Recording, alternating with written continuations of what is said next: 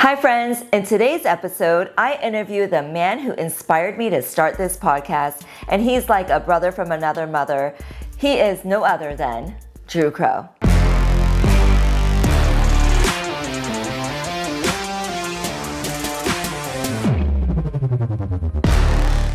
Hi friends, I have an awesome guest today. He's known as one of our most disruptive manufacturing influencers who's inspiring the youth and the next generation with his movement, the New American Manufacturing Renaissance. He's speaking at all the largest manufacturing conferences around this country and probably the world soon. And he's invited to schools to promote manufacturing across this country. Let me please welcome Drew, the MFG Crowe, onto the show. Yo, I'm finally here. Thank you for having me. Finally, Drew, you are such an influence to me. You actually helped inspire me to start the podcast. Yeah. Glad. Thank you. I'm glad that I could either plant that seed or water it. Either way, it's been nurtured, and we're better that you're here.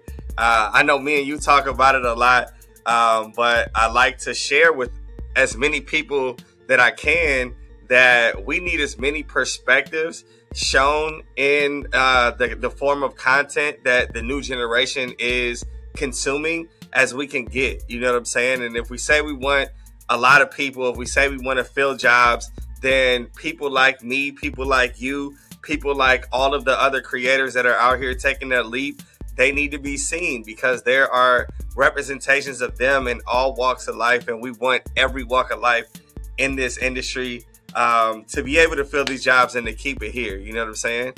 Exactly. We're bringing it back. We're bringing it back to America. And you have a phenomenal story. Please share with us how you got into manufacturing. For sure. So I got lucky and manufacturing kind of got into me low key. So I'm obviously from St. Louis, Missouri. And a lot of times if people aren't from here, but they hear about here, they've heard it in one or two ways. Either they're close to the tech industry and they work in tech and they understand that St. Louis is a tech boom right now. We're trying to be the Silicon Valley of the Midwest. And then we have high crime and violence. You know what I'm saying? And they may have seen some things on their local news about what's going on here in St. Louis. And I come from that side. So unfortunately, I have a story that echoes in a lot of households nowadays. And I had a single mom and she did the best that she could do. She worked 3 jobs, but even that wasn't enough. And I early on wasn't really engaged in school and the teachers weren't from where I was from. So I wasn't really listening to them. They weren't really understanding, how to get messages through to me. So I quickly just wanted to help pay some bills. I wanted a better life than what my mom could afford for us working as hard as she did.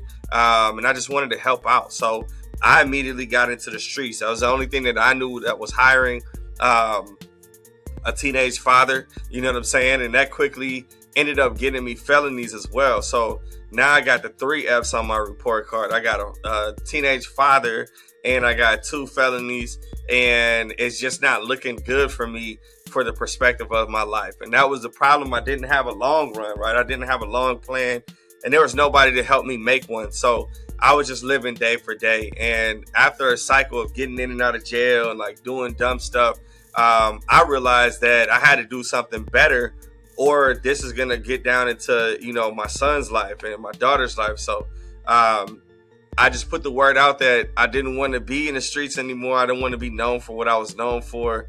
I wanted to, change my life, and I would work any job that was available to me. So I just wanted an honest paycheck. And it came in the form of getting interviewed at local manufacturing shop, and I didn't know anything about manufacturing, and so I took a machinist test and I failed it miserably, but I did great on the other side that had measurements that was like 1/4 and 1/8 and 3/8 and things like that, because from the streets I knew those measurements, so I was good at that. I aced that side of the test and I got hired on the saw. So I was bringing the material in 3rd shift and I was cutting everything down and dropping it off at the machines for the work that was coming in the morning, placing the work order, placing all the required material, making sure it's cut just enough for, maximum profit on the material. And I really took my job serious. So I walked in that shop the first night not knowing what anything was. And I left there really inspired. And I felt like, okay, we're making parts that go into fighter jets. And at the time, this was during the recession, right? So, this is when, there's stuff going on in the Middle East and like all these things are happening. And because I had felonies, I couldn't enlist. But this was my way of really feeling American for the first time and being able to like be a part of the bigger picture. And I really felt like when I woke up every day, I meant something to the rest of the world. So it made me want to stay here, not even really knowing what it was or like how I could move up. But I saw it as an opportunity to give, myself to my country, and like people depended on what I did every day. So I was coming in every day, 15 minutes early, never was on time for anything in my life, but I was early for this, or on time, right? And I just dove into it head first. And YouTube wasn't like, it was around, but it wasn't like, it wasn't what it is today where you could, pretty much YouTube University some things, right? So I didn't have that as an option. I didn't really know about technical colleges or anything at the time. And I got a machinist manual, right? And I would just dive into that every day when I get off of work, take the kids to school in the morning, and then just hit the manual. And I taught myself as much as I could.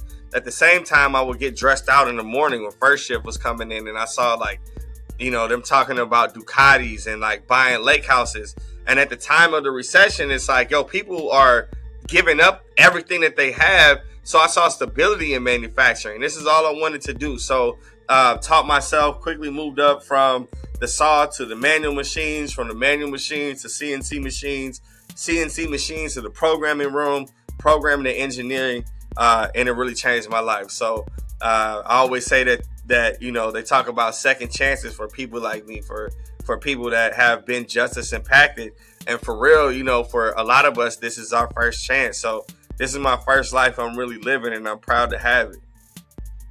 What a story, man. What a story. Thank you. Thank you. Thanks so much for sharing that and being vulnerable.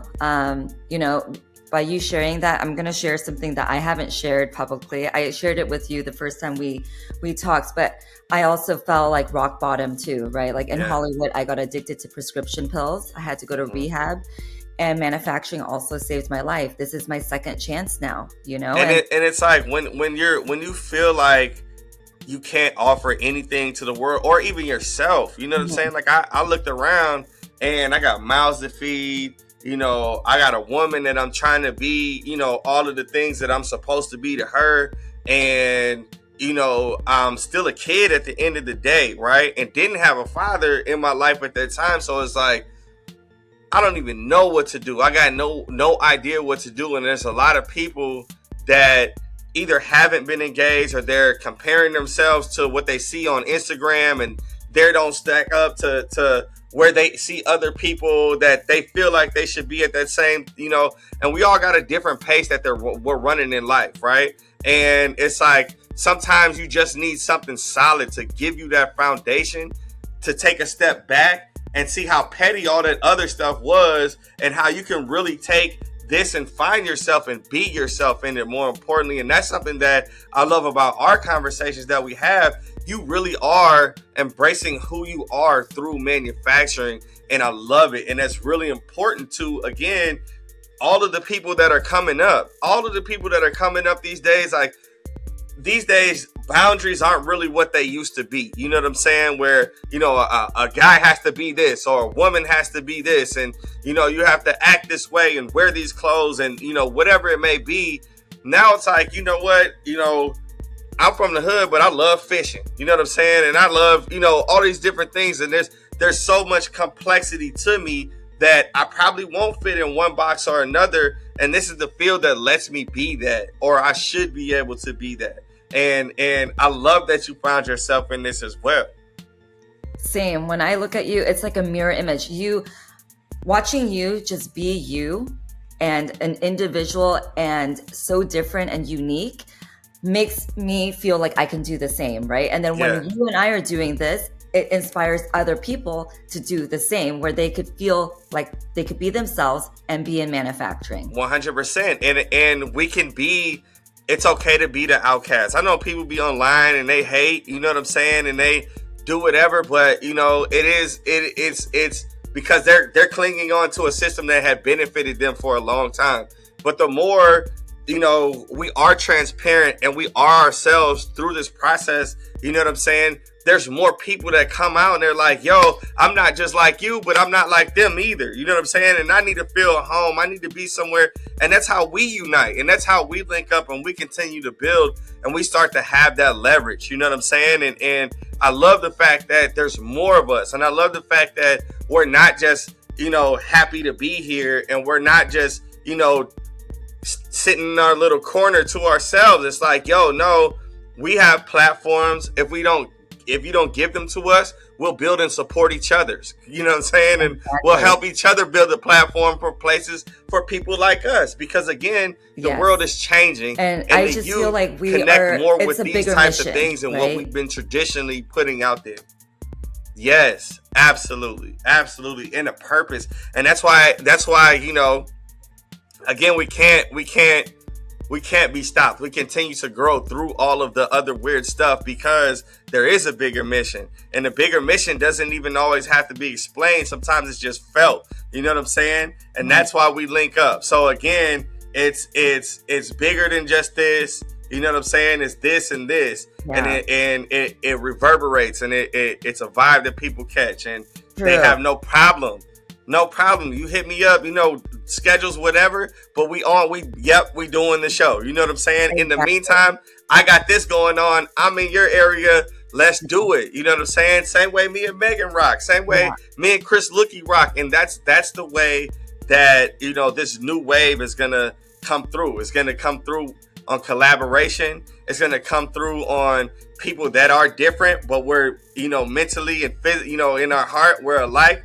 And we're going to show that unity and we're going to stand on that unity and, you know, until it becomes the culture and until it becomes how we operate across the board.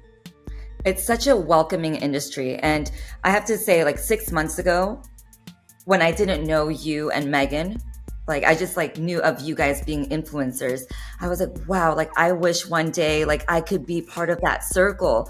And you know, here I am, like we're in it together. Yep. And you guys 100%. are super welcoming. It's not like, oh, we're too cool. We hold this, you know, we're the only influencers allowed to be in the industry. No, you guys are so welcoming, super, super supportive amongst each other and newcomers. So thank you. And you know what? To be honest, shout out to Sammy, shout out to Ann Wyatt, shout out to all of them because I think that we didn't come in the game to be influencers at all. You know what I'm saying? We came in the game because we saw that there wasn't a space for people like us to be heard and to help more people like us, right? So we said we're just going to stand on this no matter the consequences. People might shut us out. People might blackball us. But these are the things that we believe in. These are the principles that we stand by. And we're going to do it regardless of what these rooms of these people who have traditionally had traditional systems and mindsets think, right?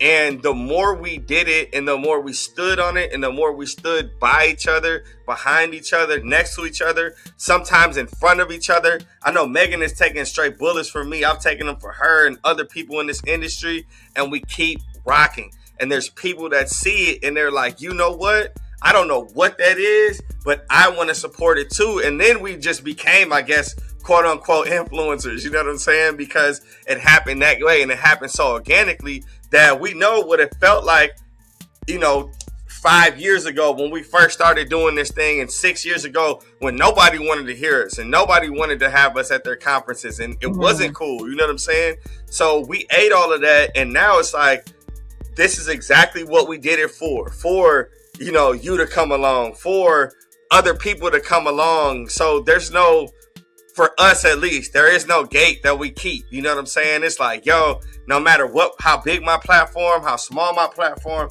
no matter what it is, we got some like-minded stuff going on. They need to see you. They need your opinions. They need your experiences. Let's get it out there. You know what I'm saying? Yes, Yep. absolutely. And then we have Jacob, who's like super Gen Z and focused in that. It's amazing. It's amazing to see everyone just being their unique selves and so supportive. Like because I Yeah. came from Hollywood, right? Yep. It's probably not the most supportive industry there. It's a Yeah. dog eat dog world, prettiest, Yeah. richest, whatever it is. It's like, no, but manufacturing, it's like such a loving community. We're out Yeah. there trying to just make things, right? We're trying to support Yes. one another, support this country, support our economy, create more jobs. Like there's so many good things in manufacturing. 100%. And I totally sometimes think people get hung up because we do point out when things are not fair, right? And we do point out when things are broken, right? And I think that myself and Megan and a few other, creators in our space, Chris Lukey definitely highlights stuff on this podcast and when he, writes statuses and stuff like that. And I think that, sometimes that gets misconstrued as, us complaining or us, whatever it may be. But it's really just, hey, here's an inefficiency that we have that if we solve, then we have a better outcome. And as engineers and data scientists and manufacturers, that's all we really do. So, that's a part of that's a product of us being in this industry. It's like, where can we make things better? Where can we make things faster? Where can we make, inefficiencies go away? So this is just a product of us being dedicated, being in the field and trying to do these things. Now, I will say the love and the things that we're creating are a product of a small group who have, clung together long enough to grow and to build this environment. You know what I'm saying? But we still got some work to do in the majority.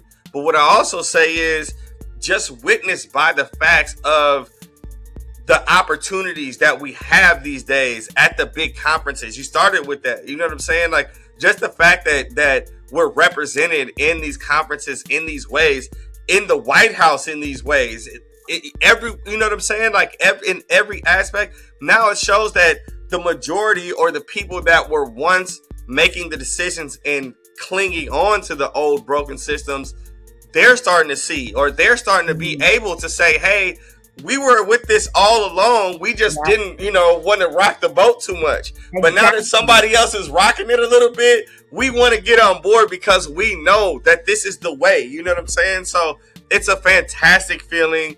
Shout out to AMT. Shout out to IME. Shout out to NTMA. Shout out to the leaders of these large organizations that are saying, hey, it's time. It's their time. We fully support it. We're going to build these platforms with them, alongside them, and we're going to grow together and be better as an industry because of it. Love it. Love it. I was just at a CMTA women's event yesterday, and I openly always talk about, hey, I'm on a mission to help bring manufacturing back to America. And when people hear that, they're like, wait, yes, totally, Christine. Like, that's what we need to do. And it's going to come back. It's going to come back, right? And it's from different generations. It's people who are much older than me to like much younger. So we are all here on one mission. And I think when we speak up about it, it normalizes it more, right? It does. It does. And it encourages other people to get involved. You know what I'm saying? And when we show that it's okay to speak on it in whatever form or fashion, like I totally don't condone people presenting themselves as something that they're not, right? So I'm not with that type of influencer. I'm not with that type of person making content. If you're a shop that is not Industry 4.0, don't act like you are. There's people, I talk kids and I travel, talk to technical colleges. I talk to kids every day, job seekers, people that are going through programs, grown folks that are switching from white collar jobs to blue collar jobs. And the commonality of all of those things are, be where you are. There's kids that like tool and die, that want to be tool and die makers. Or there's kids right now that say, hey, I see tool and die is a dying trade. However, I know that I can apply 3D printing tactics to make the same molds and the same. So why don't you sit this young kid with this older tool and die journeyman, and he teaches him how to use this new technology to do all of the things that he's making. That's what I see, right? So you could say I'm a shop, I'm not industry 4.0. You could say I'm an expert in older legacy technology. I don't know all of the new things. Like, you know what I'm saying? And you don't have to be that person. I haven't been in a shop teaching. I haven't been in a shop working in at least 2 years, right? So my content, I'm not making technical content, but what I am making is the content to show the why. Why are we doing this? Help people tell their stories. Put a light on where you can go get this technical training, who you should be following to get these things, right? So as long as we're in our lanes, the things are going to come. The people is going to come. The community is going to come. The workers that you covet are going to come, because that's still a good situation for someone out here.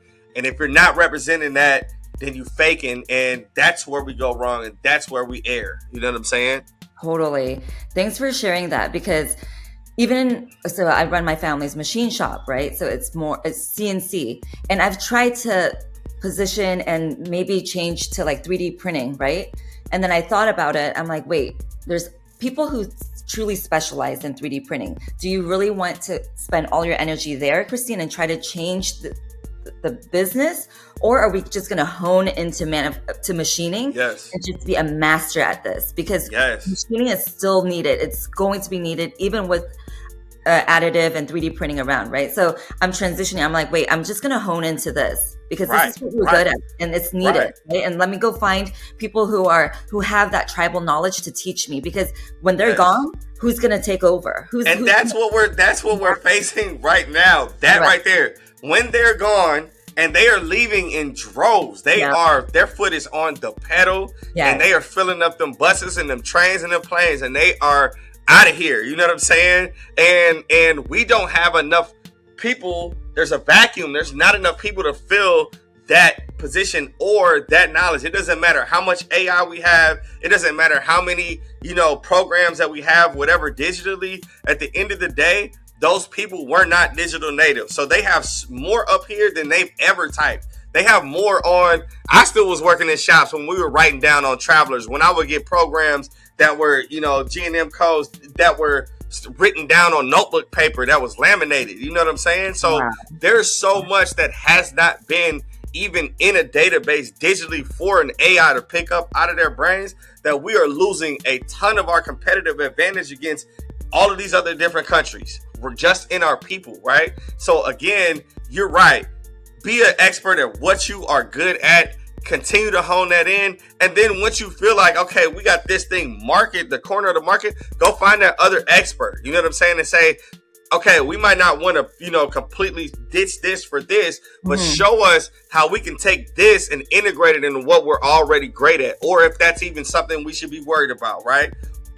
And then there we go. It's the same thing as, companies, right? Companies know that they're losing all of this talent, but some companies say, hey, we don't want to, use radical strategies to attract the next generation. Or people say we're going to attract the next generation, but they fail to have people like myself or people like yourself who represent the next generation and look like more what the next generation is, to come up with these strategies to be able to do it. And it's like, yo, when you brought a fifth axis machine in your shop, if you didn't know fifth axis and you weren't an expert, you had an applications engineer come in and show you, okay, when you run these parts, or if you take that contract, here's how a fifth axis machine is going to benefit you, because this is not a cost that's going to be cheap. It's something that you're going to have to fork over a whole lot of money. You don't want that machine waiting and collecting dust and not making chips and making you parts. So you want this thing at least running right away. You know what I'm saying?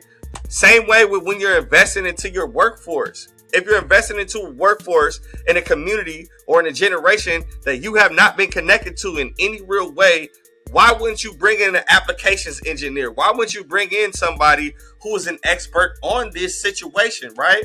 And we're failing to realize that, again, this new generation identifies as minority and female more than any other generation of our time. So in your HR department, if you do not have a minority or a female, and I've even heard, I had an associations meeting last week in our building. Shout out to Conflux. And in that association's meeting, there was HR people that are doing really, really well. They're not filling this skills gap because it's not hitting them at all. And most of them said, we have a policy that our HR department should always have at least one person from the ages of 25 to 28 in it.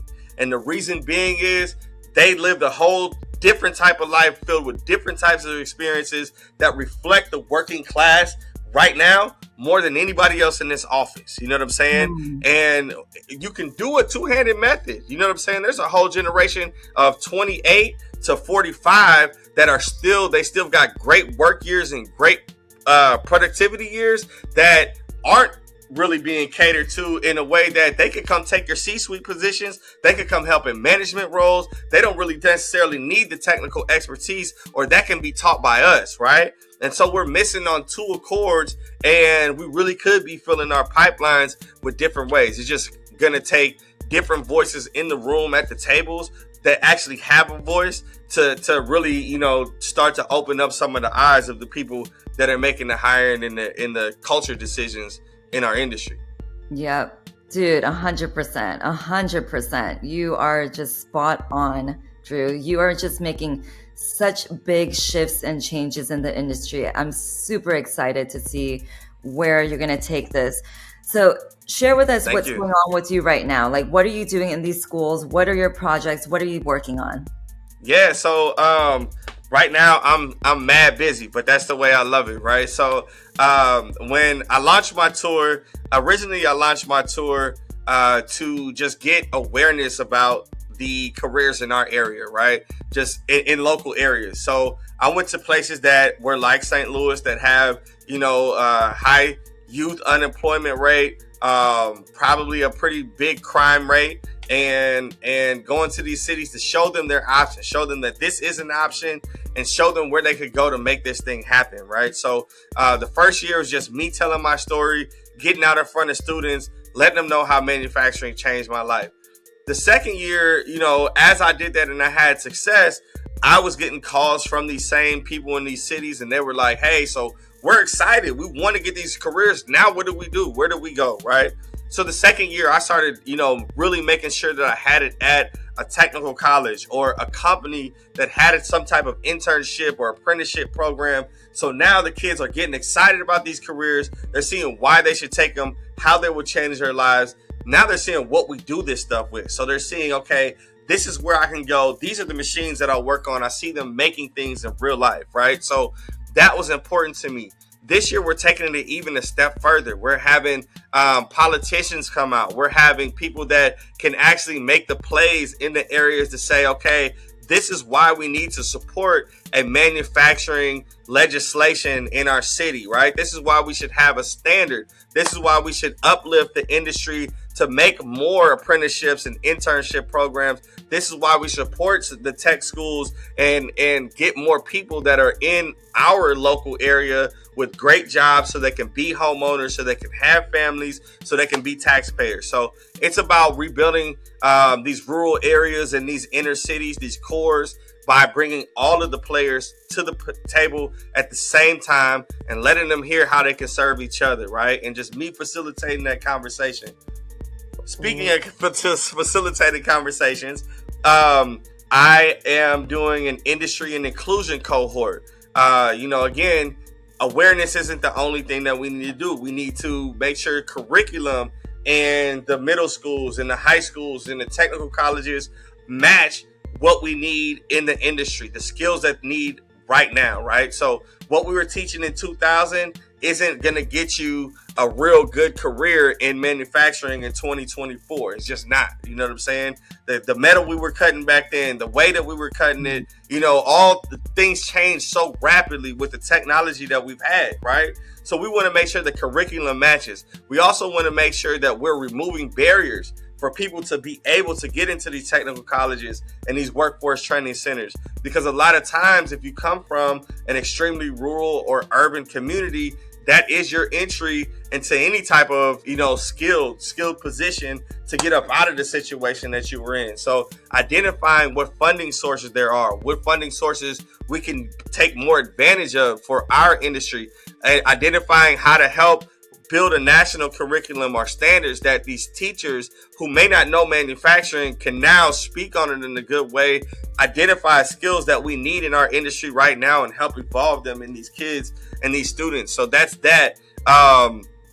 From there, IMTS is coming up. So we always rock it big at IMTS. I'm going to be super involved in both the main show and then the student summit, like I always am. So I'm excited about IMTS. And then this fall, my show should be airing on A&E. We're excited about that. Yeah, the Blue Collar Apprentice, where we'll be taking people from white collar industries that are tired of the cubicle grind and they want to use their mind and their hands. And we're going to be coaching them and getting them into blue collar careers with journeymen and women that are in our industry to pass that knowledge. So we're going to be building these bridges in real time on a major network and bringing it to the people. So I'm really excited about that as well. And we're just going to keep on growing. We're going to keep on putting this industry in front of people's faces and putting people that look like us within this industry in front of people's faces until we don't talk about a skills gap anymore. And this is just, a national standard that people are creative, we're supporting each other. And, that's the move. I was called a labor activist the other day. You know what I'm saying? It kind of felt good. You know what I'm saying? So wow. I wouldn't say I'm a labor activist so far, but, we do have bills we submit to Congress, and we just, trying to support and uplift good jobs through our industry. That is amazing. Amazing. I want to talk to you more then about after this, because yeah. I'm trying to influence businesses to shop local, to buy from local suppliers, right? And especially in Silicon Valley, I know it is so, quote, cheap to buy things overseas, right? So what I'm doing with the podcast, my mission, 1% at a time, for them to make that change, right? And only influencing 1% in a company can make drastic change where they say, okay, wait, maybe we should be shopping local. Maybe we should support our local suppliers. And people are seeing it more and more, that it's affecting our economy. It's affecting jobs. We're seeing businesses closing down. It is so sad, right? So we, the people, need to make the changes. We can't only rely on the government. Although the government should be incentivizing and who shop local. You know what I mean? So I 100% agree with you. And when we think about that, we're not just buying a product from a person in our neighborhood. We're keeping a job here. You know what I'm saying? We're keeping that tax money here so that your kids can still go to a good school. You can drive down a street that has well-lit street lights, no potholes. You know what I'm saying? A police force if you need them, a fire team if you need them. So we got to remember that every manufacturing job is not just a job for a person. It means something for all of us, number one. Number two, when we think about, the aging population that we just talked about, if manufacturing is not important to everybody, when that person, passes or decides they don't want to be in the industry anymore, if they don't have anybody to pass that shop onto, then all of that tax money, all of those jobs in that neighborhood, all of those things usually go overseas, right? So we want to keep that here because it means a whole lot. And to that,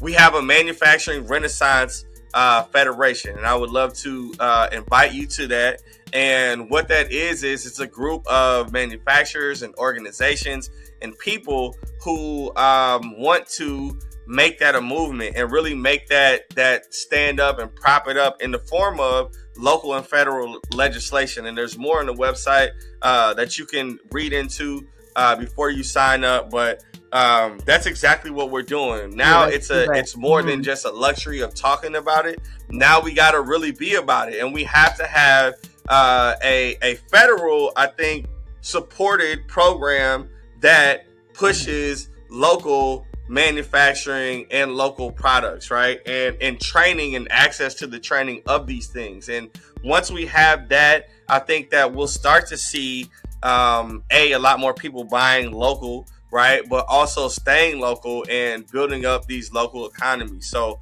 I'm talking about these manufacturing firms that may have an offer to get bought out by a Wall Street corporation or a foreign national corporation saying, no, we'll do employee equity programs so that, and when I leave as the employer, now the employees who have been here for 10 to 15 years own a piece of this company, and now it stays here and it stays in the community. And now we've got owners of companies in these communities that then become generational. You know what I'm saying? And those are the types of things that we're trying to do. That's the type of training we're trying to give to government officials and local owners of companies to say, you know, how can we help you? How can we help you build your legacy? How can we make sure that, you know, we help you fight off the offers from foreign companies and from big corporations that are trying to buy you? Because we know what's happening, we know what's out there, and we need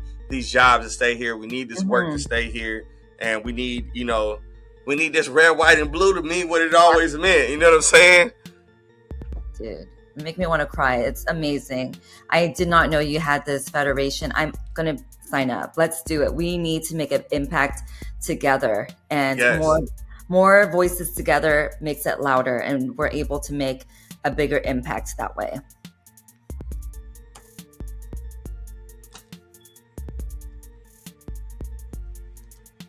Yeah, so we definitely need to make we definitely need to do it together so that can you hear me? Yes, I can. Okay. Absolutely, we do. Well, and so I want to shout out the website right now while we're here. Yeah. It's FED4MR.org. That's a Federation for a Manufacturing Renaissance. FED4MR.org, and you can read about, you know, everything that we've got going on.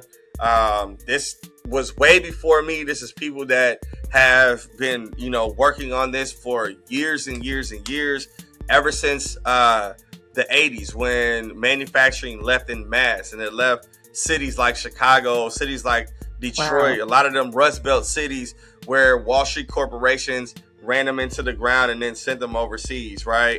And a lot of people lost jobs, a lot of families lost a whole lot of things because manufacturing left. But we want to tell them manufacturing is back. Manufacturing is going to stay here, and the way that it's going to stay here is by people like us pushing for real policies to keep it here and real action from real people at local levels all the way on up. So that's what it's about, and that's what we're gonna keep on pushing. And maybe that's why they call me an activist, but you know, activist, influencer, whatever. I'm just Drew. I'm just trying to make a better world better. You know what I'm saying? Dude, you're doing such big things. Now you have a reality show going mainstream to like make manufacturing freaking fun, cool, and sexy. I freaking love it, Drew. You're so amazing. And this is only 3 years. You shared the 3 past years. Where do you see yourself in 5 years? So in 5 years, hopefully, I'm in a position where these platforms that I'm building right now on behalf of our industry are either not needed because, you know, we've really took a bite out of this skills gap and this diversity gap, and people are seeing that it works. People are implementing these programs and all of these different things. That's the ideal world that I work myself out of a job. I think in a little bit less ideal world, but still great world, there is myself maybe just in the background, like an old football coach, Bill Belichick or somebody, and I'm calling the shots, you know, and I'm helping the next young makers and creators and young minds that are on this same agenda, that are wanting to get out there and wanting to help people connect and talk about the issues and help make solutions. I want to have this platform for them to be able to show themselves. So whether that's on my tour and me just, you know, continue to book it, continue to build those relationships, but sending out the next wave of Drew Crowe's, the next waves of Christine Holly's, the next waves of Megan's, the next waves of Chris's, getting them out there and having them use this platform that we fought to build. That's the play. So hopefully I can move into the wise OG mode and, you know, help other people become the best that they can be and be out here helping these companies in the industry as well. I love it. I love it. Well, thanks so much for taking some time out of your really, really busy schedule for me. Yeah, for sure. On the show. Love it. We'll see you. Sorry for making you late too. No, you're all good. Well, we'll be in touch, and I'll see you next time, okay? Absolutely. Absolutely. Hey, y'all, and this is for everybody that's watching right now. Make sure y'all like, y'all subscribe. Make sure you share these conversations when you see them, because we don't have platforms without people like y'all. So continue to support, continue to share, continue to put clips out. Give us your thoughts.